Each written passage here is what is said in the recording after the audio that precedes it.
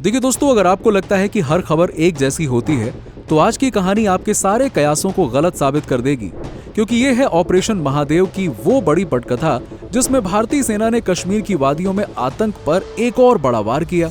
मन बना लीजिए, क्योंकि आज का सफर आपको सच्चाई की उस झलक तक लेकर जाएगा जहां आंकड़े, एक्शन और असली बहस सब सामने होंगे। देखिए, जहां एक तरफ कश्मीर की वादियां आमतौर पर सुकून और सैलानियों की याद दिलाती हैं, वहीं जुलाई 2025 की शुरुआत ने इन वादियों की शांति को खौफ और गोलियों की आवाज से तोड़ दिया। श्रीनगर के पास हरवन और डाचीगम के घने जंगलों में भारतीय सेना, सीआरपीएफ और जम्मू कश्मीर पुलिस के जवानों ने एक छुपे हुए खतरे के खिलाफ 14 दिन लंबी जद्दोजहद चलाई। इसी खूंखार मिशन का नाम रखा गया ऑपरेशन महादेव। भारत की एजेंसियों के पास पक्की खबर थी कि पाकिस्तान से आए 3 आतंकी, जो कि अप्रैल 2025 के पहलगाम नरसंहार में शामिल थे, इन्हीं जंगलों में छुपे हुए हैं। इस हमले में 26 मासूमों की जान गई थी पहलगाम हमले में, और पूरे देश को झकझोर कर रख देने वाला मंजर था। और उसके बाद तो आपको पता ही है, ऑपरेशन सिंदूर। लेकिन ये जो कहानी है, ये किसी फिल्मी कहानी से कम नहीं है, लेकिन आपको बता दें, ये रियल कहानी है। आतंक के मास्टरमाइंड सुलेमान शाह, जो कभी पाकिस्तान की स्पेशल सर्विस ग्रुप के कमांडो रह चुका था, अब लश्कर ए तैयबा के ग्रेड ए कमांडर बनकर कश्मीर की फिजाओं में दहशत फैलाने आया था। सुलेमान का नाम आते ही पाकिस्तान के साजिशी खेल का पर्दाफाश हो जाता है। आखिर करोड़ों की ट्रेनिंग, हथियार और रणनीति सब कुछ पाकिस्तान से ही तो मिला था। इस ऑपरेशन की सबसे बड़ी जीत रही सुलेमान शाह का सफाया, जिसके सर पर 20 लाख रुपए का इनाम तक रखा गया था। सेना की प्लानिंग, लोकल इंटेलिजेंस और तकनीकी के दम पर इन आतंकियों की हर चाल पहले ही पकड़ ली गई थी। लिडवास और डाचीगम के आसपास गुप्त ड्रोन्स और जवानों ने इलाके की घेराबंदी की, और आखिरकार 28 जुलाई की सुबह एक जबरदस्त मुठभेड़ के बाद ये तीनों आतंकी मारे गए।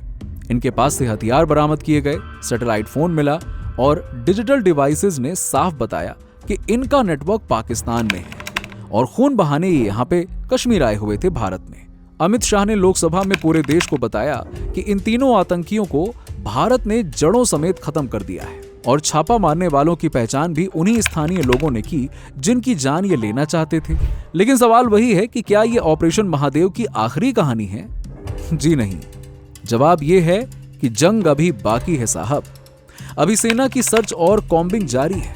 ऑपरेशन का अगला चैप्टर लिखा जा रहा है। चनार कोर और दूसरी यूनिट्स एक्टिव हैं। अब पाकिस्तान की साजिशों के खिलाफ भारत की आंखें और चौकस हो चुकी हैं। अब जरा कैमरा मोड़िए हमारे नेताओं की ओर, क्योंकि संसद में भी माहौल उतना ही गर्म है जितना कश्मीर के सरहदी इलाकों में। पीएम मोदी और गृह मंत्री अमित शाह ने क्लियर कट शब्दों में कहा, कोई भी वर्ल्ड लीडर, चाहे अमेरिका का हो या कोई और, हमारे ऑपरेशन को रोकने के लिए फोन नहीं कर सकता।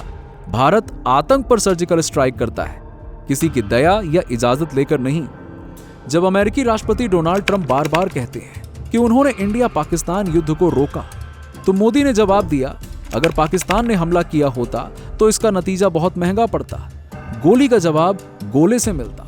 उन्होंने कहा, सीना ठोक के कहता हूं, कोई बाहरी देश रोक नहीं सकता इंडिया को। और ये शब्द सिर्फ भाषण नहीं, फौजी हौसले की मिसाल है। कहानी में ट्विस्ट डाला कांग्रेस के राहुल गांधी और कांग्रेस के सीनियर लीडर्स ने। खुले मंच पर उन्होंने पीएम मोदी को चैलेंज किया कि अगर दम है तो कहिए संसद में ही ट्रंप झूठ बोल रहे हैं। बार बार बहस हुई और आखिरकार बात सीधी हो गई। क्या राजनीति में विदेशी दखल अंदाजी और पॉलिटिक्स नैरेटिव का असर होना चाहिए? जवाब अपने अपने हिसाब से सबने दिया, पर जमीनी सच्चाई यह है कि भारतीय सेना के ऑपरेशन, चाहे महादेव हो या फिर सिंदूर, आज पूरी दुनिया में भारत की सुरक्षा नीति का नया स्टैंडर्ड सेट कर रहे हैं। ऑपरेशन सिंदूर, ये नाम भी कम बोल्ड नहीं है, क्योंकि मई 2025 में इसी ऑपरेशन के तहत भारत ने अपने इतिहास का सबसे सटीक मिलिट्री स्ट्राइक किया। Rafale jets, BrahMos missile, drone, और भारत ने यह साफ कर दिया कि अब सिर्फ बयान नहीं, एक्शन बोलता है। पाकिस्तान को जहां सर्जिकल स्ट्राइक का दर्द मिला, वहीं दुनिया ने देखा कि भारत आज टेक्नोलॉजी, इंटेलिजेंस और ग्लोबल डिप्लोमेसी तीनों मोर्चे पर तैयार खड़ा है। और सबसे दिलचस्प, इस बार यूएस, रूस और यूरोपियन यूनियन ने इंडिया के स्टैंड को खुलकर सपोर्ट किया। जी हां, पाकिस्तान को सिर्फ 3 देशों ने ही सपोर्ट किया, ज्यादातर ग्लोबल देश तो खामोश रहे। अब मुद्दा सिर्फ मिलिट्री जीत का नहीं, इंडिया को चाहिए स्कॉलर वॉरियर्स, इंफॉर्मेशन वॉरियर्स और टेक्नोलॉजी वॉरियर्स, जो भारत का नैरेटिव दुनिया को बता सके। जैसे रक्षा मंत्री और भारत के चीफ ऑफ डिफेंस स्टाफ ने कहा, अगली जंग जड़ों में बैठे झूठ और साइबर दुष्प्रचार से होगी। और सही भी है। आज खबर और अफवाह की रेस में सच को सामने रखना भी एक जंग है। मगर अगर बात जंग की है तो अब मैदान भी नया है और नियम भी नए हैं। खैर, एक सवाल फिर लाजमी है। अब जब एक तरफ सीमा पार आतंकियों का शिकार किया जा रहा है, तो वहीं दूसरी ओर भारत पाक क्रिकेट मैच की चर्चाएं भी साथ साथ चल रही हैं। सोशल मीडिया पर आवाजें उठ रही हैं कि टेरर और क्रिकेट साथ साथ नहीं चल सकते। हर तरफ चर्चा है कि खेल के नाम पर रिश्तों की नॉर्मलाइजेशन की इमेज दुनिया में नहीं जानी चाहिए। दुनिया को दिखा दो, हम शांति चाहते हैं मगर कमजोरी कतई नहीं। और शायद यही वजह है कि इस बार हर सियासी पार्टी एक लाइन पर बोल रही है, टेरर और स्पोर्ट्स का कॉकटेल ना अब चलेगा ना बर्दाश्त होगा। कहते हैं आखिर में जीत उसी की होती है जो सच और साहस के साथ खड़ा रहता है। आज भारतीय सेना और देश की लीडरशिप उस सच के साथ में डटी है। बाकी सतह पर राजनीति की बहसें चलती रहेंगी, लेकिन असल पैगाम यही है कि इंडिया अब एक्शन मोड में है और बुराई चाहे कहीं भी छुपी हो, अब छुप नहीं सकती। तो दोस्तों, कैसा लगा आपको ये हमारा विश्लेषण, जरूर बताइएगा। अगर आप हमारे चैनल पर पहली बार आए हैं तो चैनल को जरूर सब्सक्राइब करें, बेल आइकन के बटन को दबाएं।